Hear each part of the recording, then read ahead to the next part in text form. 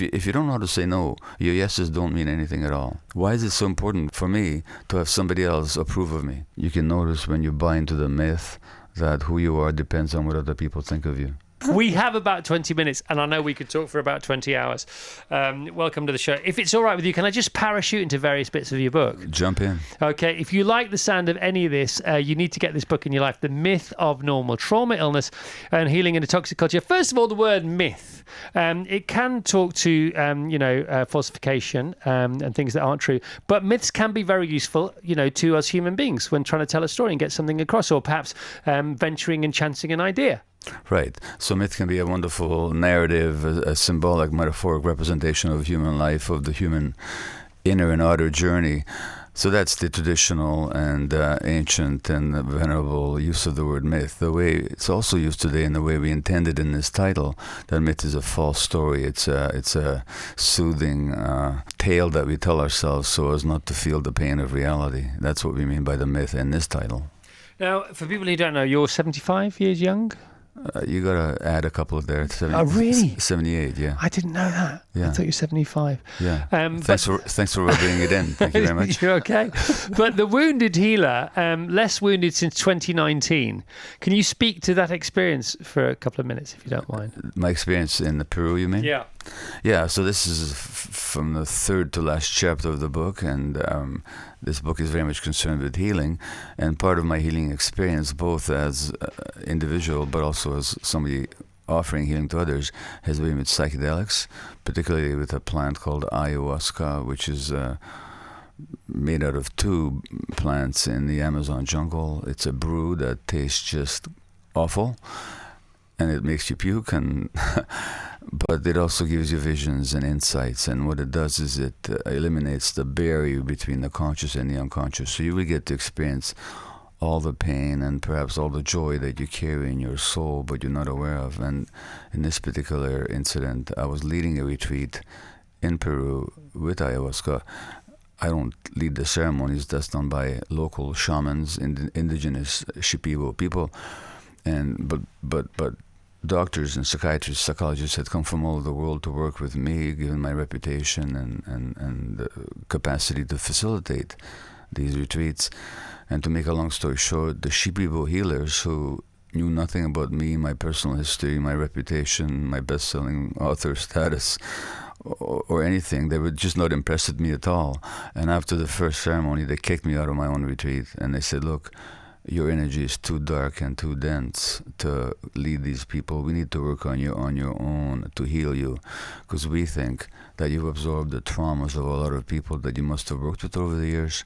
And we also think when you were small, you had a very big scare in your life and you haven't got over it yet, which is actually true, because I just came last night from Budapest, where as a 1-year-old I nearly lost my life. And so these shamans who knew nothing about me, my personal history, or my achievements as such, they picked up on my troubles right away, and they insisted that they work on me so that I don't expend my energies working on others without being healed myself. That's the nutshell of the story. And this time around, it did work, didn't it, for you? It was a beautiful conclusion to it, and I let go of a lot of grief and a lot of heaviness. By the time the shaman, who just worked with me alone, which is very unusual, over 5 ceremonies, by the time he's finished his work, I had experienced a great transformation and a vision of something I had never thought possible. Knowing what you've known for the number of decades that you've known it, and having done the work that you have and helped so many people, were you aware that there may be so much still locked inside you of all people? I just actually come from England to Peru, and I worked really hard here, so I really stressed myself, and I was aware of how tired I was. I didn't know how dark and dense they found me to be.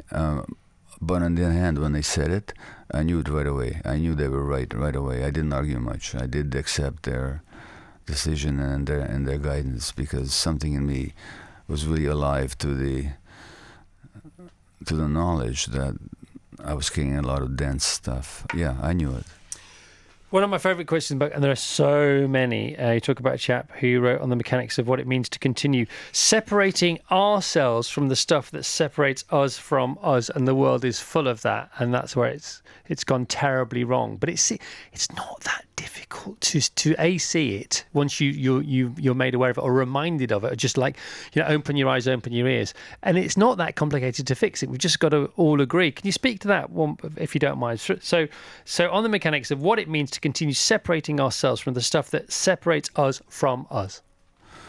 Yeah, that was a wish and a intention expressed by somebody who said, I want to separate myself from everything that separates me from myself. Now, as a physician over the years, whether I was working with addictions or mental health conditions or chronic physical illnesses, I really did find that some traumatic separation from the person's real self had occurred as a result of events in childhood. In other words, the essence of trauma is really a disconnection from the self. People disconnect from themselves for all kinds of reasons. One is if they're being abused, obviously, then it's just too painful to be in your own body. They disconnect from their bodies. If a child's feelings aren't respected, accepted, and in fact encouraged, all the feelings, whether they're joy or sadness, grief or anger, then a child, in order to fit in with the family and the parents' expectation, will separate themselves from their feelings. When we separate ourselves from our gut feelings, our emotions, and our bodies, we lose ourselves. And that's the source of a lot of pathology, whether of the body, I'm talking about chronic autoimmune disease. It contributes to malignancy. I know that sounds like a mouthful to a lot of people not aware of the mind-body unity, but those that are aware of the science, that the mind, the emotions can't be separated from our physiology.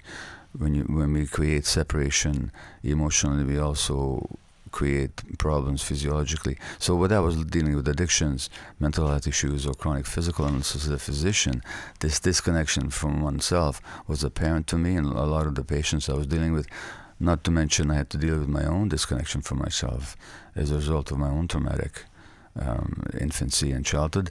And so this person who says, I want to separate from everything that separates me from myself, was saying that they want to get back to who they authentically are, which I think is a striving of all people, whether they know it or not.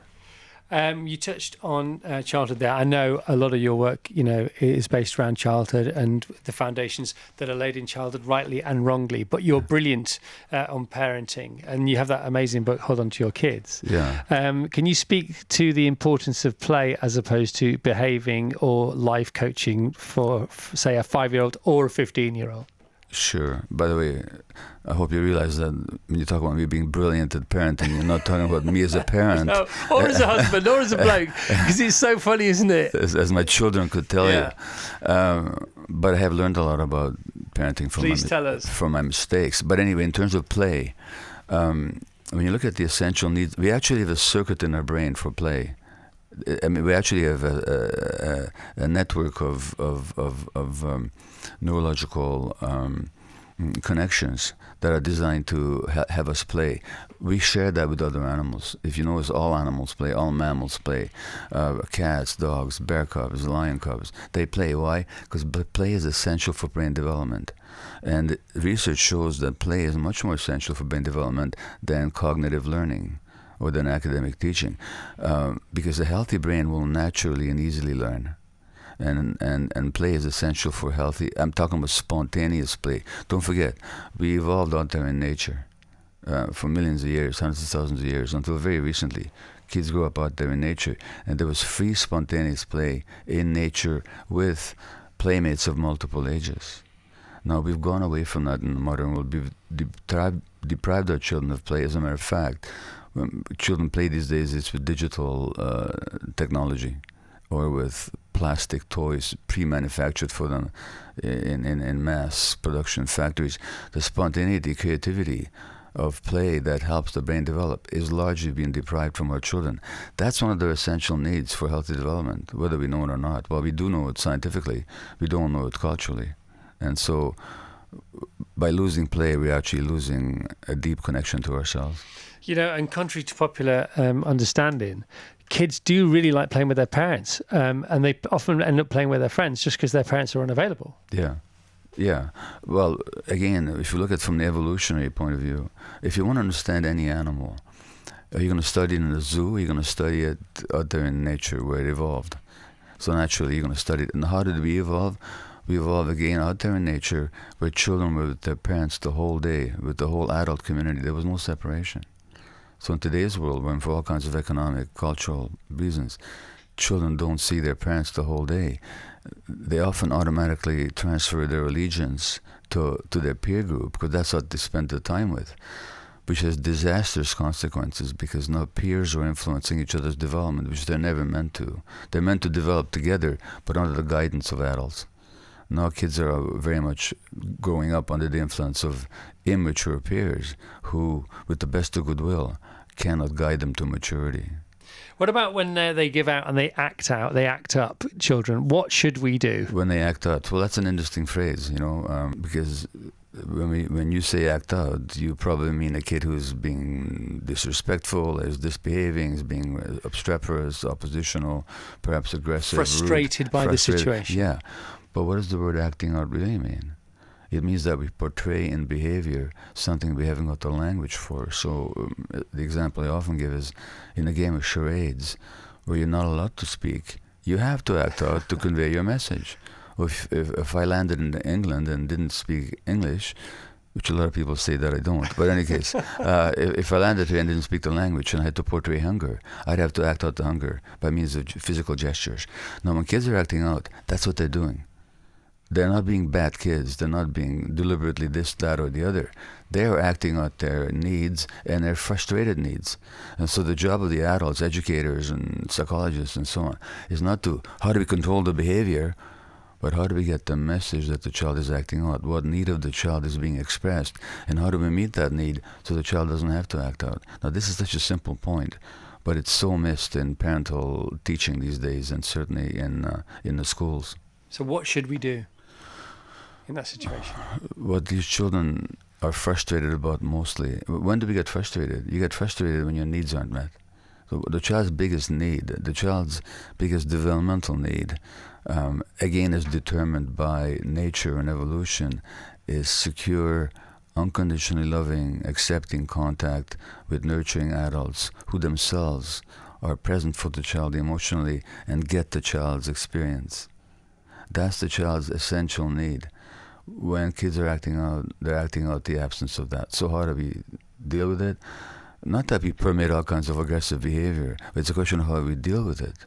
And ultimately how we deal with it is that we give that child exactly what they need. So instead of exclusion, a lot of parenting techniques tell parents to exclude the kid. No. Time out, for example. No, what we need is time in. When a kid is frustrated, that's when they need the adult the most, to help them regulate their nervous systems. And adults who are calm and loving and insightful can do that. That kid's behavior changes like that. Got it. All right. There's so much more I want to ask you about that, but we don't have time. We need to move on to show the rainbow of wisdom that's in this book. Gabor Maté with his son, Daniel Maté, The Myth of Normal Trauma, Illness and Healing in a Toxic Culture. This is one of those books you keep forever by your bedside. It's just like you dip into it every night, you read a bit more, you get inspired, remember some things you may have forgotten, or discover some things you suspected you might know, but you don't know how or where perhaps that knowledge is lying. Tell us about the importance of not stifling a no and ignoring a useful yes. Okay, well, you've had children, right? Have you? 5. Wonderful, congratulations. Thank you. What's the word they start saying around 1.5, almost automatically? Why? Huh? Why? No. They say why. They say cool. Sorry, why is later. Well, they do say why. No, you're right. They do say why. They won't understand the world. That's a natural impulse. But they also start saying no. Yeah, they do. You know, like a friend of mine said to his 2-year-old, Ben, do you want an apple? And Ben said, no, I want an apple. You know, and the impulse is that the child needs to develop their own will, their own sense of self. Yeah. So that no, if you don't know how to say no, your yeses don't mean anything at all. And people that chronically don't know how to say no to the demands of the world actually get sick. They get physically ill, autoimmune disease, malignancy, and all kinds of other problems. So one of my books is called When the Body Says No. When the person doesn't know how to say no, the body will say it. Now that no is an essential barrier. Behind that barrier, the person can develop their own will. So until I know how to say no, my yeses don't mean a thing. Now, in some families, when the child is discouraged from expressing or feeling that no, the child is in this dilemma. I could set my boundaries, express my preferences, and say no when I feel like it, or I can fit in with my family's expectations. But I can't have both. Again, it leads to a disconnect because the child is in no position, the child is in no position to assert their individuality if the family culture doesn't permit it. Therefore, I'll stifle my individuality, I stifle my no, I stifle my capacity to set a boundary in order to get accepted, loved, liked, respected, just tolerated. I lose myself. When I lose my no, I lose myself, and that has great physiological and psychological significance down the line. Inside and outside is interesting, isn't it? Because everything, buildings in different, on the inside to the outside, footballs inside the outside, but it's more problematic as a human being, isn't it? Because we're supposed to be the same on the outside as we are on the inside. Clearly, we're not. And if we think we get to 10% of it one day, we think we're having a good day. Can you speak to that for a bit? I need to hear a bit more about. Well, the duality of what's going on inside us, both psychologically and physically. Okay, good. You've had 5 kids. On the first day of their life, was there some contradiction between what was going on inside or the outside? To them? No. Did they not show exactly what was going on inside them? Yeah, of course they did. Yeah. What about the second day? Yeah. Yes. So at some point we lost that. Yeah. It's not natural. Yeah. What is natural is to be at one. I know. So how do we get it back? Well, how do we get it back? First of all, by noticing where it's absent. Right. Like if I sit here trying to agree with you for the sake of getting you to like me, at least I should notice it. Yeah. And I should ask myself, why is it so important for me to have somebody else approve of me? Yeah. What's missing for me? So at the end of the day, I often, one of the exercises I recommend in this book is sit down with yourself and ask yourself, where today did you not say a no? Where today did you pretend to agree with somebody when you didn't? Where today did you comply with somebody where it went against the grain?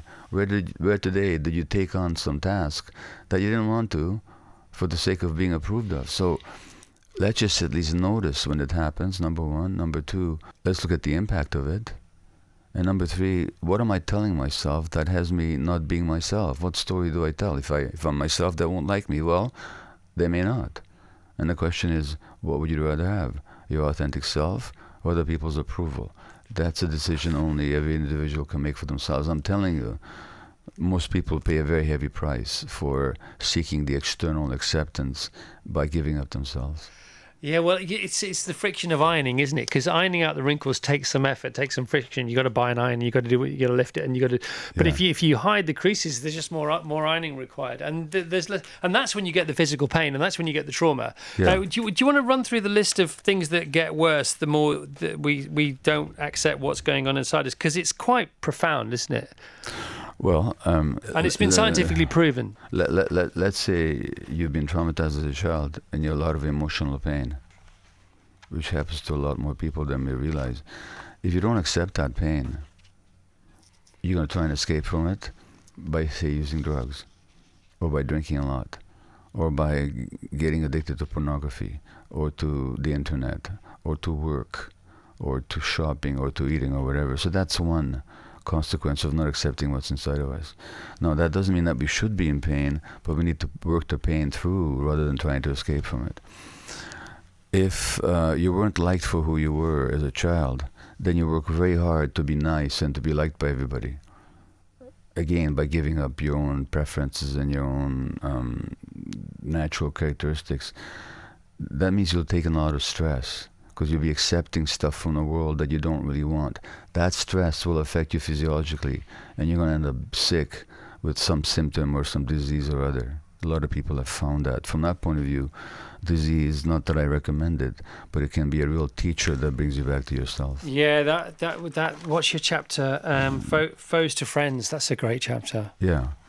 Foes to Friend is about the parts of ourselves that we don't like and we criticize and we get rid of, who actually began as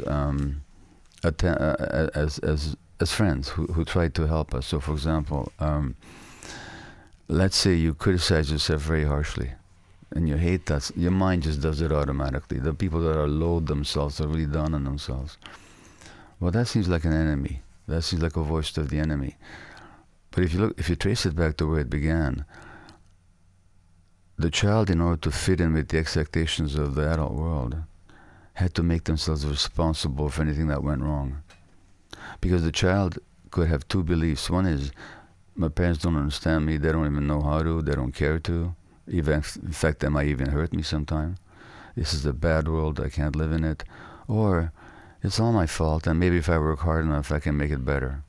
Now, which is the more acceptable dynamic for the child to seize onto? Is the second one. So this not liking myself and making myself at fault for everything actually begins as a friend.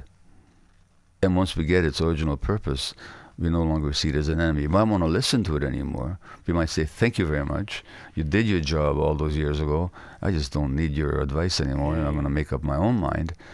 But you don't have to hate that part of yourself. You don't have to reject it. Gabor, we are out of time. Just give us a minute of gold for people who are listening to take with them on their day-to-day. Anything you like. What can people do today to make things better? What can you do today? You can notice where you don't like yourself. You can notice when you're hard on yourself. You can notice when you are not being authentic for the sake of being accepted by others. You can notice when you buy into the myth that who you are depends on what other people think of you.